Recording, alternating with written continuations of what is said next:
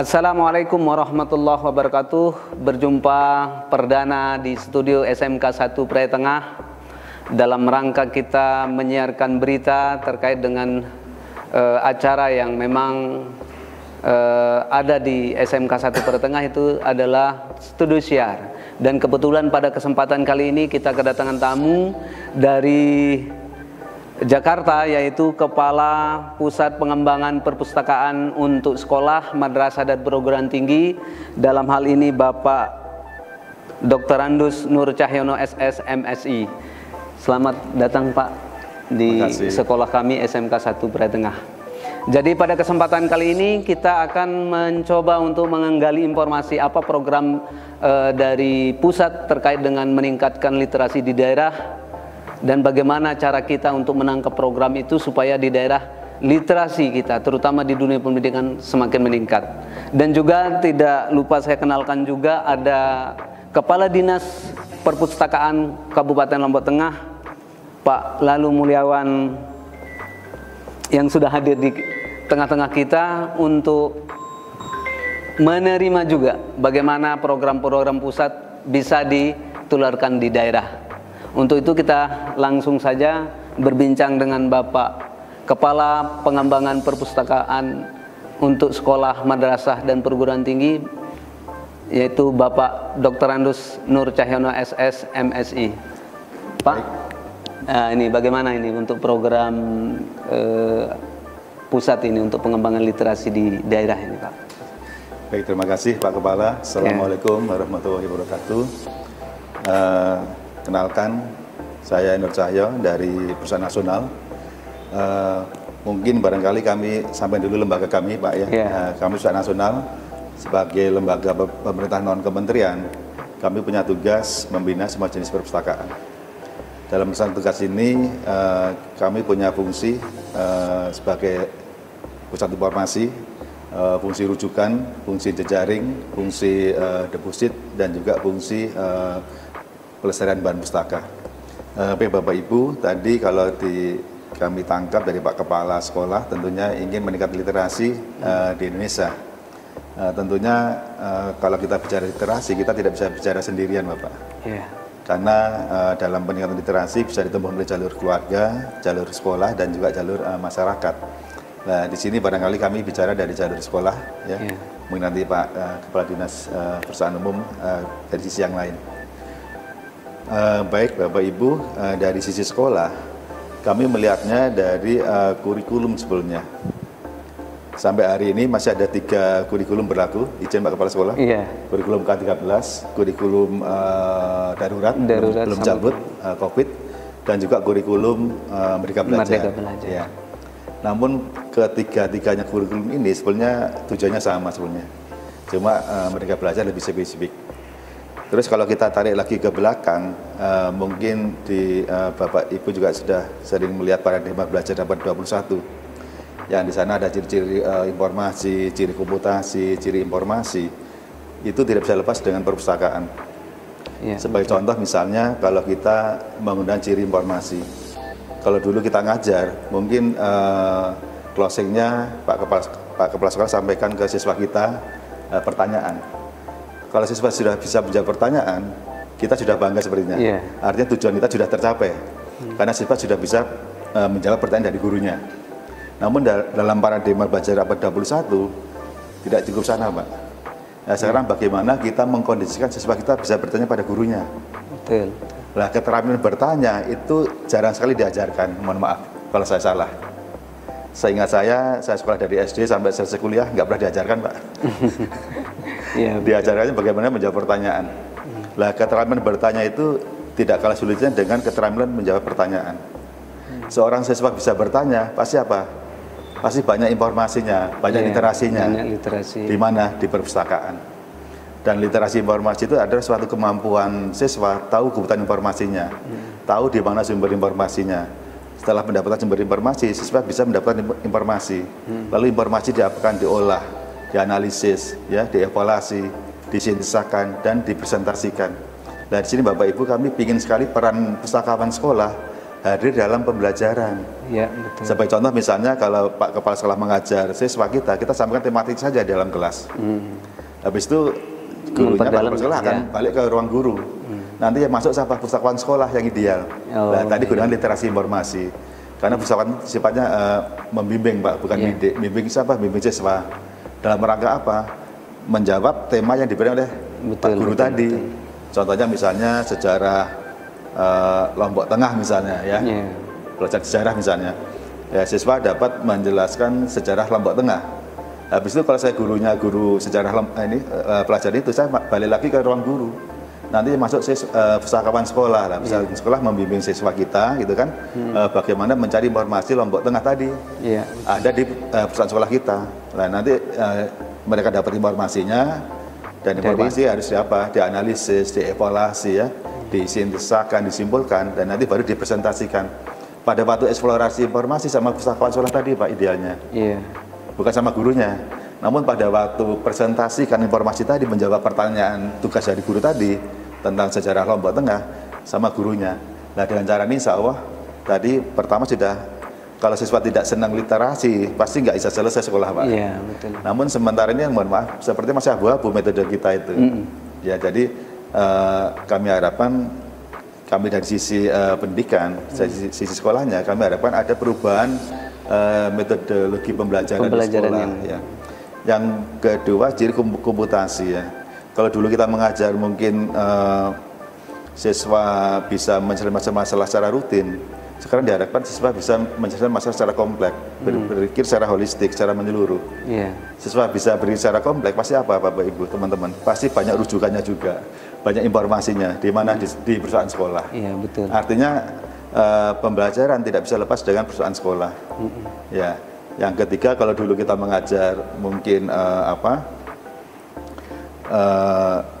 guru itu ngajar sendirian, sekarang diharapkan berkolaborasi dengan guru yang lain, kolaborasi dengan sumber-sumber belajar yang lain, dengan pustakawan dan laporan atau apa yang ada di sekolah. Nah ini Bapak Ibu, sehingga kalau dikatakan perusahaan sekolah jantungnya pendidikan, memang jantungnya pendidikan Pak. Tanpa perusahaan sekolah, pendidikan pembelajaran tidak bisa berjalan. Baik dari paradigma belajar, kita lari ke K13. Dalam K13 katanya membentuk manusia Indonesia yang produktif, yang kreatif, yang inovatif, yang afektif, melalui pembelajaran yang terintegrated. Nah, terintegrated dengan apa? Pasti terintegrated dengan sumber-sumber belajar yang ada. Baik ada UKS, ada lab, ada bengkel kerja, ada juga perpustakaan. Karena sumber belajar kan sambar ya, learning center ada di mana-mana. Nah, salah satunya sumber belajar adalah perpustakaan. Ya, artinya apa? Ini kelihatan sekali tidak bisa lepas dengan perpustakaan. Paradigma belajar pada 21, K13, tidak bisa lepas dengan perpustakaan. Inilah jantungnya pendidikan, perpustakaan. Yang ketiga, kurikulum Merdeka Belajar. Saya yakin Pak Kepala Sekolah lebih tahu daripada saya. Ini kan intinya membentuk profil pelajar Pancasila ya, dan kewirausahaan. Nah itu Pak ya. Lari lagi ya. Terus kami lihat juga pembelajarannya berbasis pada proyek. Apalagi SMK, pasti kelihatan proyek-proyeknya tuh. Terus skema pembelajarannya ada siswanya ya, ada proyeknya, kelompok siswa yang akan mencari proyek tadi, ada gurunya. Ya. Betul. Namun saya minta Bapak Ibu, teman-teman semua pendidik, harapan kami itu tidak cukup hanya guru saja. Tadi kan dalam paradigma belajar pada 21 itu kolaborasi guru sama pustakawan, guru sama guru yang lain, guru sama laporan dan seterusnya. Dari sini Pak, kami mengharapkan RPP-nya itu ada pustakawan dalam setiap penyelesaian proyek tadi.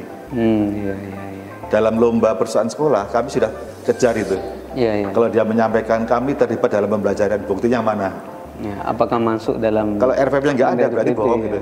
Nah ini tugas Pak Kepala Sekolah bagaimana supaya nanti seluruh pembelajaran itu ada kehadiran pustakawan sekolah. Jadi perusahaan sekolah tidak hanya menunggu buku saja Pak, dia harus aktif. Karena kami punya konsep bahwa kalau guru kan tugasnya ngajar, didik gitu ya. Kalau pustakawan tidak ngajar kan, bimbing lah. Bimbing siapa? Bimbing siswa tadi. Dalam rangka apa? Dalam rangka penyelesaian proyek-proyek tadi. Nah, sehingga mendampingi siswa tadi Pak. Nah ini kami harapkan ada peran dari pustakawan tadi sebagai pembimbing ya, dan juga dalam menyelesaikan proyek-proyek tadi, dan peran dari perpustakaannya. Nah, harapan kami perusahaan punya literasinya Pak. Semua tematik, semua proyek tadi ada literasi di perusahaan sekolah Bapak, Ibu semua. Dan juga harapan kami mungkin dengan kondisi sekarang itu nggak cuma koleksi saja Pak, mungkin kami kemarin ada working space ya, ruang terbuka untuk bekerja secara umum, bisa gurunya kerja di situ ya, siswanya bekerja di situ, itu tolong berarti betul-betul kelihatan kolaboratif ya. Iya, kolaboratif dan terintegrated. Tadi kan di amanah amanah dari K13 adalah melalui pembelajaran yang terintegrated. Nah, kami terjemahkan terintegrated dengan apa? Dengan sumber-sumber belajar yang ada. Nah, salah satunya adalah perpustakaan, ada UKS, ada bengkel kerja, ya, ada laboratorium, apalagi saya nggak ngerti di sini, itu harus terintegrasi semua. Nah, karena kami dari perpustakaan, kami harus memprovokasi agar perusahaan sekolah berperan di sana. Nah, kalau tidak ada perusahaan sekolahnya atau tidak berfungsi, ya mohon maaf, pasti pelaksananya tidak akan maksimal. Nah, ini yang kita hadapi. Kita ingin rubah Bapak Ibu semua, kita ingin rubah supaya tadi keinginan Pak Kepala, minat belajar tinggi, literasinya tinggi, dan harapan kami menjadi manusia yang literate semua. Orang produktif pasti kreatif gitu kan, pasti punya inovasi, punya kompetensi ya, literasinya pasti tinggi. Jadi saya kira tolong juga Pak Kepala bantu kami dari Pusat Nasional. Ya, insya Allah nanti. Karena kalau ini tidak bersinergi dengan pemerintah daerah, termasuk Bapak Kepala Dinas Perusahaan Kabupaten, Bapak jadi Kepala Sekolah, itu kami nggak bisa apa-apa. Kami hanya bisa punya regulasi misalnya. Namun regulasi ini kan kami nggak bisa mengeksekusi. Kalau tidak ada turunan lagi ya? Iya, nggak ada turunannya, dan nggak ada dukungan kebijakan dari misalnya kepala sekolah punya kebijakan pembelajaran wajib melibatkan pustakawan sekolah misalnya. Guru tidak boleh menghabiskan pembelajaran di dalam kelas misalnya. Itu baru kelihatan. Namun kalau ini nggak ada, ya guru ngajar habis dalam kelas. Tadi contoh mencari sejarah Lombok Tengah, ya selesai di dalam kelas saja. Nah, kalau seperti itu Bapak Ibu, teman-teman semua, siswa nggak akan kreatif. Karena dia tidak eksplorasi Pak, tidak eksplorasi pengetahuan. Lah, orang bisa eksplorasi itu pasti imajinasi tinggi. Betul. Nah, dibantu dengan peran pustakawan melalui literasi informasi tadi. Jadi tadi pertanyaan bagaimana meningkatkan minat baca. Menurut kami tolong implementasi kurikulum itu ya 100%. Sehingga kita minta ada kesiapan dari perpustakaan tadi. Cuma masalahnya Bapak Ibu, mohon izin, mohon maaf, kami punya data untuk di Provinsi Lombok, Provinsi Nusa Tenggara Barat ini, itu baru ada 132 perusahaan sekolah yang memenuhi standar nasional perpustakaan dari 9.410. Bayangkan, ini baru sekitar sekitar berapa, 5% ya? 5%. Ya, ini suatu tantangan buat kita. Sehingga nanti bagaimana tadi meningkatkan minat baca siswa kalau perusahaannya tidak memenuhi standar nasional perpustakaan. Nah, harapan kami, tolong ini bantu kami juga bagaimana menjadikan seluruh perusahaan sekolah di Nusa Tenggara Barat, di Lombok Tengah ini bisa memenuhi standar nasional perpustakaan.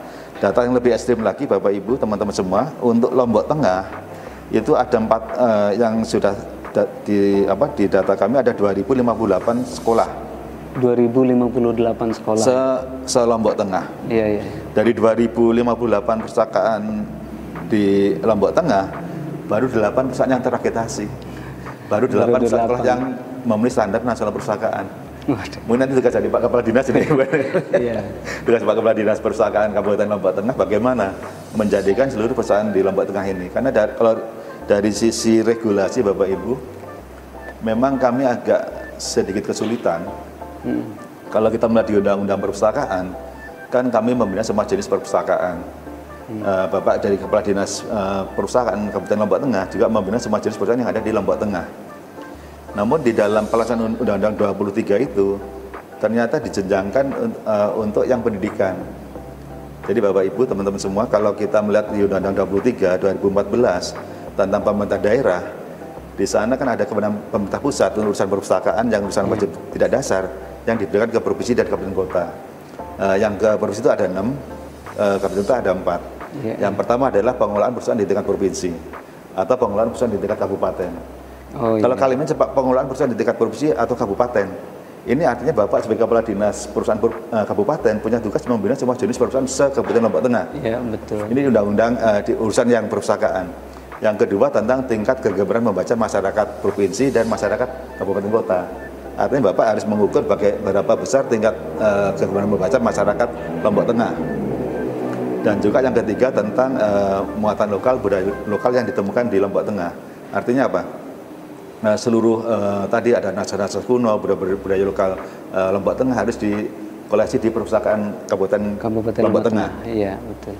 Dan yang keempat tentang budaya etnis Nusantara yang di luar Lombok Tengah, yang ditemukan di Lombok Tengah wajib dikoleksi juga. Dikoleksi juga. Ya, misalnya di sini ada Ponorogo misalnya, ada bukunya, ada budaya, itu juga wajib dikoleksi, walaupun Ponorogo dari Jawa, dari Ponorogo gitu kan, itu wajib. Dan yang kelima, kalau kabupaten cuma 4, yang kelima untuk provinsi adalah serah simpan karya dan karya rekam.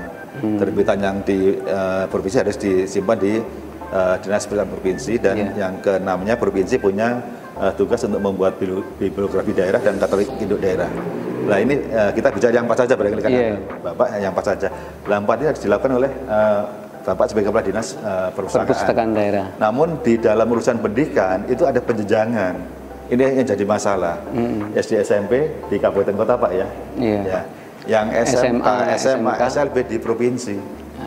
Nah ini satu regulasi itu ada 2 sisi pengertian yang beda. Akhirnya kalau kami misalnya ke Bapak ke kabupaten kota, Bapak tidak membina SMK, tapi saya salut pada Pak Kepala Dinas ini, walaupun ini urusan provinsi, tapi tetap hadir, luar biasa nih. Karena ini daerah. Ya. Banyak teman-teman seperti Pak Kepala Dinas Perpustakaan, itu bukan urusan kami, urusan provinsi, itu karena SMA. Gitu, ya. Inilah kami ada yang ironis, dan undang-undang itu sampai hari ini belum ada PP-nya. Ya karena memang ada beda slot tempat gitu ya. PP-nya belum ada, PP Undang-Undang 20 sampai hari ini belum ada. Nah kami pingin sebenarnya urusan perpustakaan ya gunakan urusan perpustakaan dalam pembinaan, urusan pendidikan gunakan urusan pendidikan dalam pembinaannya. Cuma yang jadi masalah untuk sekolah, persoalan sekolah itu ada dalam suatu sekolah, sehingga pembinaan mengenai urusan pendidikan. Padahal kalau tadi melihat di urusan perpustakaan nggak ada jenjangnya, nggak ada Pak. Hanya pengelolaan perusahaan di tingkat provinsi dan pengelolaan di tingkat kabupaten kota. Lah pengelolaannya bagaimana? Di undang-undang perusahaan pengelolaan yang memenuhi standar nasional perpustakaan. Jadi kami harapan tadi tolong didongkrak apa supaya seluruh perpustakaan Lombok Tengah bisa memenuhi standar nasional perpustakaan. Nah, inilah PR kita bersama. Ini baru pemanasan barangkali nanti tentunya kami mohon dukungan kebijakan dari pengambil kebijakan di sini termasuk Bapak, Pak Kepala Sekolah supaya bagaimana kita sama-sama meningkatkan minat baca masyarakat. Kalau tadi Pak Mahdi sampaikan ada kebijakan 30 menit belajar membaca, itu bagus sekali. Dan juga yang kami amati juga di sekolah dulu ada kebijakan juga 15 menit membaca sebelum belajar dimulai. Itu sebenarnya kurang efektif karena tidak di menit. Iya betul. Hanya siswa suruh kasih waktu 15 menit suruh baca dan dibebasin gitu kan. Tapi kalau di menit saya kira lebih maksimal. Lebih mengena. Sebagai contoh misalnya 15 menit suruh baca buku apa, masing-masing siswa beda bukunya. Kalau satu kelas itu ada 20 siswa atau 30 siswa, ada 30 buku yang dibaca. Di satu kelas. Ya, setiap hari 15 menit, mungkin seminggu atau sebulan selesai kan? Selesai buku itu. Nah, selesai itu nanti tolong dibikin semacam bikin abstrak, suruh membuat ringkasan dari buku yang dibaca selama sebulan tadi. Nah, kalau ada 30 siswa, berarti satu kelas ada 30 buku yang dibaca yang berbeda. Jadi nanti ada tugas membuat literatur sekunder, Pak. Dari primer buku yang asli dibaca, nanti dibikin sekundernya, dibikin abstraknya, ya, dibikin ringkasannya, dan nanti kalau bisa dilombakan, Pak. Dilombakan antar kelas. Antar kelas. Pasti akan bangga-bangga, itu baru maksimal. Namun kalau mudah-mudahan di sini tidak ya, di sana, di sana itu nggak di menit waktu tadi, sehingga siswa bebas membaca, hasilnya tidak ada tolak ukur. Ya nggak ada tolak ukur, nggak ada hasilnya. Namun kalau ada penugasan, masing-masing kelas bikin produk satu buku, satu kelas dengan 30 buku yang ada di dalamnya, ternyata banyak siswa.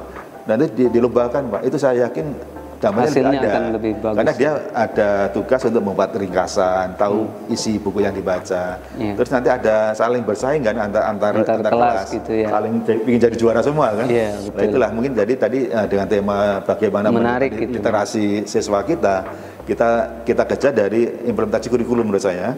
Yang kedua kebiasaan baik di sekolah ditingkatkan, termasuk tadi membaca 15 menit sebelum belajar dimulai tolong ditingkatkan lagi, dan harapan kami ada produknya. Saya kira sementara itu Pak dari kami, nanti dari Pak Nis untuk disampaikan lebih lanjut. Ya, terima kasih Pak. Memang tadi satu yang kita petik bahwa di kurikulum Merdeka, kalau kita mau literasi kita meningkat, salah satu cara adalah dia masuk di RPP, atau kalau di Merdeka Belajar itu namanya modul ajar. Modul ajar, iya. Bahwa pustakawan di situ di RPP maupun di modul ajar itu harus masuk di situ. Sebagai bentuk kolaborasi yang signifikan supaya anak-anak itu bisa meningkatkan literasinya. Nah, tentu ini sangat menarik. Ini adalah berita yang luar biasa yang disampaikan oleh Pak Nur Cahyono tadi, bahwa ada langkah-langkah yang memang harus kita terapkan di sekolah untuk bisa meningkatkan literasi. Di samping itu juga ada program-program tadi yang harus diselesaikan oleh provinsi maupun daerah, itu juga memantik untuk meningkatkan minat belajar di daerah kita. Terima kasih informasinya Pak. Kita lanjut lagi dengan bagaimana menangkap apa yang disampaikan oleh Pak Nur Cahyono tadi terkait dengan bagaimana meningkatkan literasi di daerah kita. Baik Bapak, kita berjumpa lagi dengan studio siar SMK 1 Praitengah. Kita lanjut lagi tadi terkait dengan bagaimana program dari pusat terkait dengan meningkatkan literasi di daerah. Tentu tadi sudah disampaikan banyak oleh Pak Dr. Andus Nur Cahyono SSMSI, Kepala Pusat Pengembangan Perpustakaan Sekolah, Madrasah dan Perguruan Tinggi. Sekarang bagaimana tanggapan dari Pak Kadis ini sekarang terkait dengan informasi yang disampaikan oleh Pak Kepala Pusat Pengembangan Perpustakaan ini tadi? Bagaimana tanggapannya tentang program-program yang telah disampaikan, terus bagaimana perpustakaan daerah menangkap itu, dan bagaimana juga memberikan arahan atau penguatan kepada kami yang di pendidikan? Silakan Pak.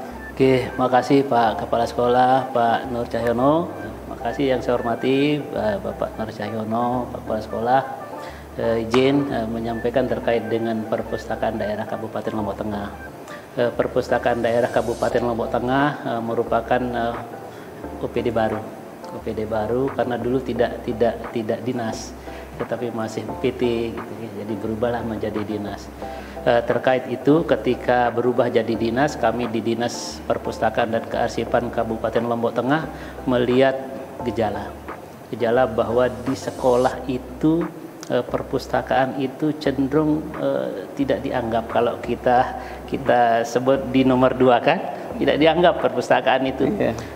Jarang teman-teman mau jadi pengelola, jadi untuk perpustakaan. Nah, berangkat dari situ kami berupaya maksimal untuk bagaimana mengembangkan perpustakaan sekolah itu menjadi perpustakaan yang hebat, perpustakaan yang maju. Pak Nur, izin, kami di Lombok Tengah tidak melihat dikotomi kewenangan. Jadi kami tidak melihat SD SMP wilayahnya kabupaten. SMA, madrasah, SMA wilayahnya SMA SMK wilayahnya provinsi, madrasah wilayahnya pusat. Kami tidak melihat itu, termasuk perguruan tinggi. Jadi kami membina semua jenis perpustakaan yang ada, tidak melihat dia SD, SMA, SMK, perguruan tinggi, tetapi semuanya kami bantu, kami dukung untuk bagaimana pengembangan perpustakaannya, sehingga memang perpustakaan sekolah, perpustakaan madrasah, perpustakaan perguruan tinggi merupakan perpustakaan yang hebat, karena barometer maju mundurnya lembaga pendidikan itu kalau kami melihat dari perpustakaannya. Kalau dia sudah bagus perpustakaannya, tentu pelayanan di sana juga akan menjadi jauh lebih hebat. Nah, terkait itu kami mendorong semua sekolah, terutama yang di Lombok Tengah ini, untuk bagaimana perpustakaannya dikembangkan. Akhir-akhir ini ada gejala mengalihfungsikan perpustakaan. Kenapa dialihfungsikan? Karena dianggap nomor 2 tadi. Dialihfungsikan. Banyak sekali sekolah yang tidak ada ruang belajar, pakai perpustakaan. Nah, itu yang salah besar. Salah besar. Padahal kita ingin membangun peradaban manusia itu lewat perpustakaan, lewat buku. Jadi makin tinggi peradaban suatu bangsa, daerah, sekolah itu, jika perpustakaannya bagus, maka layanannya bagus. Nah, itu yang kami kembangkan. Makanya kami Dinas Perpustakaan Kearsipan itu mengembangkan, membina semua satuan pendidikan itu. Jadi contoh SMK 1 Praitengah ini, dari mulai persiapan lomba tingkat kabupaten, kami dampingi terus sampai sekarang. Sampai sekarang untuk lomba nasional juga kita dampingi. Dan alhamdulillah hasilnya seperti yang Bapak sampaikan tadi, itulah perpustakaan di Lombok Tengah.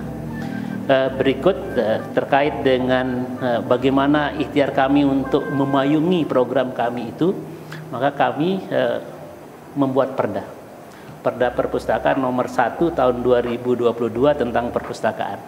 Nah, di situ ditekankan bahwa semua satuan pendidikan harus memiliki perpustakaan. Itu yang pertama. Yang kedua, semua satuan pendidikan minimal menganggarkan 5% dari dana sekolahnya.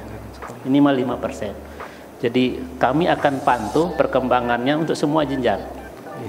Kami pantau perkembangannya dengan tentu buku pokok dulu dipenuhi. Setelah itu ada 5% berikutnya, oh ternyata buku wajib sudah ada, kita bantu untuk buku apa sih yang harus dia penuhi di satuan pendidikannya.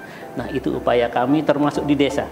Desa itu, perpustakaan desa itu kami di Perda itu mengisyaratkan minimal 1% setiap tahun dari APBDes-nya untuk pengembangan perpustakaan.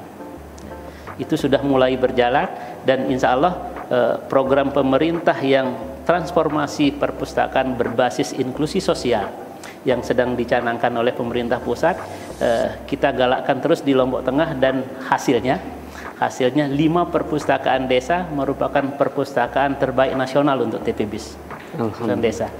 Berimbas juga kepada kami perpustakaan daerah Kabupaten Lombok Tengah adalah perpustakaan terbaik nasional penyelenggara TPBIS. Prestasi itu. Prestasi yang luar biasa. Ya, prestasi luar biasa. Ya. Kemarin bersama dengan Pak Kepala Sekolah kami menerima penghargaan perpustakaan terbaik Nusa Tenggara Barat untuk TPBIS.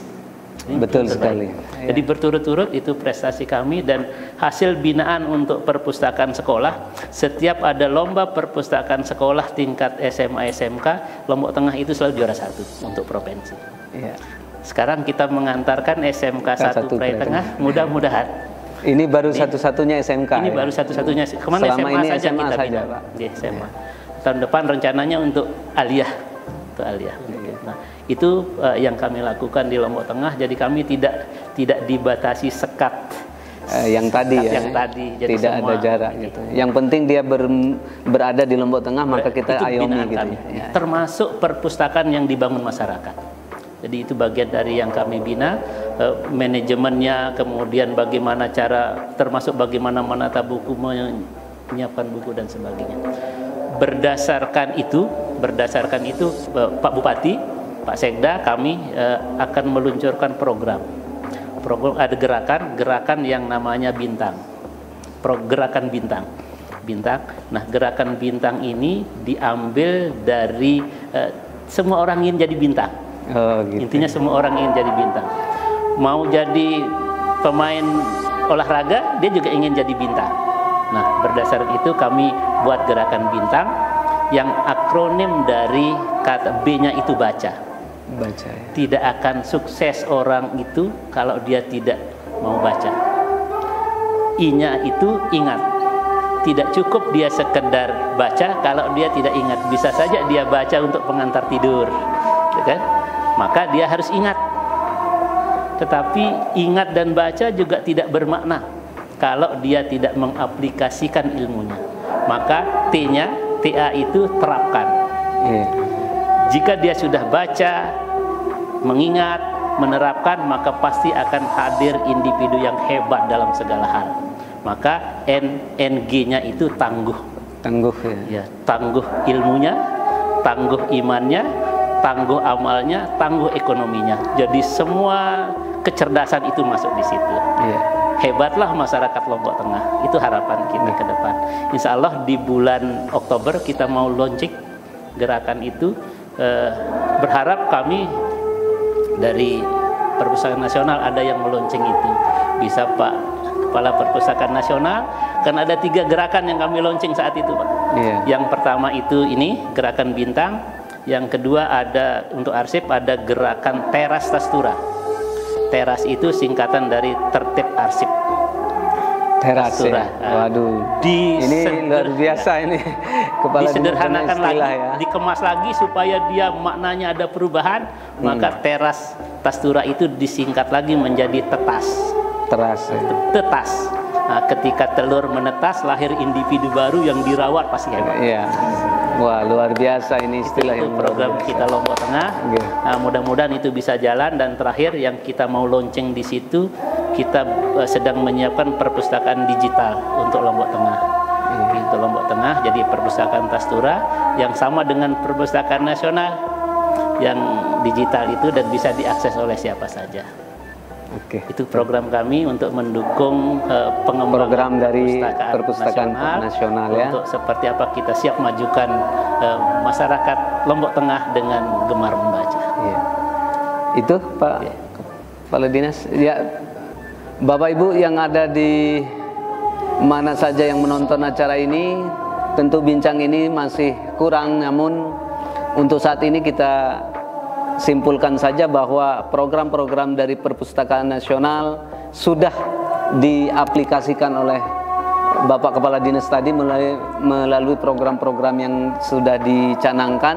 Insya Allah mudah-mudahan Lombok Tengah juga termasuk dari salah satu daerah yang memang sudah literasinya meningkat ke depan. Karena tadi sudah disampaikan datanya ada beberapa kekurangan, namun mudah-mudahan ke depan Pak itu akan bisa naik dan Lombok Tengah semakin pintar dan semakin bisa meningkatkan literasi di daerahnya. Terima kasih. Ini saja perbincangan kita pada kesempatan kali ini.